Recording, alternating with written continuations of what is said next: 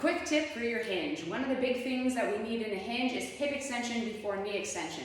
So when you come out of that hinge position, we don't want to lock out the knee, because when we do, that's going to wind up going into the lumbar spine, and we don't want that. So a couple things, we want to even sense what it means to bend the knee without kind of taking the whole body with us. So this is often what you'll see. You want to think about learning how to even extend the knee and also ground through that mid-foot. So might need to do some footwork or even understand what it feels like to find that pressure over your mid-foot. You can use a sock as a reference, especially if you have more rigid feet.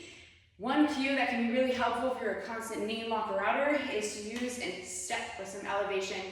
Don't use a yoga block, it's also unstable, so we want something that's a little more solid so you can feel grounded. And when you go into that hinge, thinking about kind of taking this hand here, left hand is on my butt, I'm going to get set up in my kickstand position over that side, and I'm going to think about being long like I had a unicorn on the top of my head. And as I kind of shift this knee down and sit into this hip, as I come through, I'm going to think about presenting my hip forward.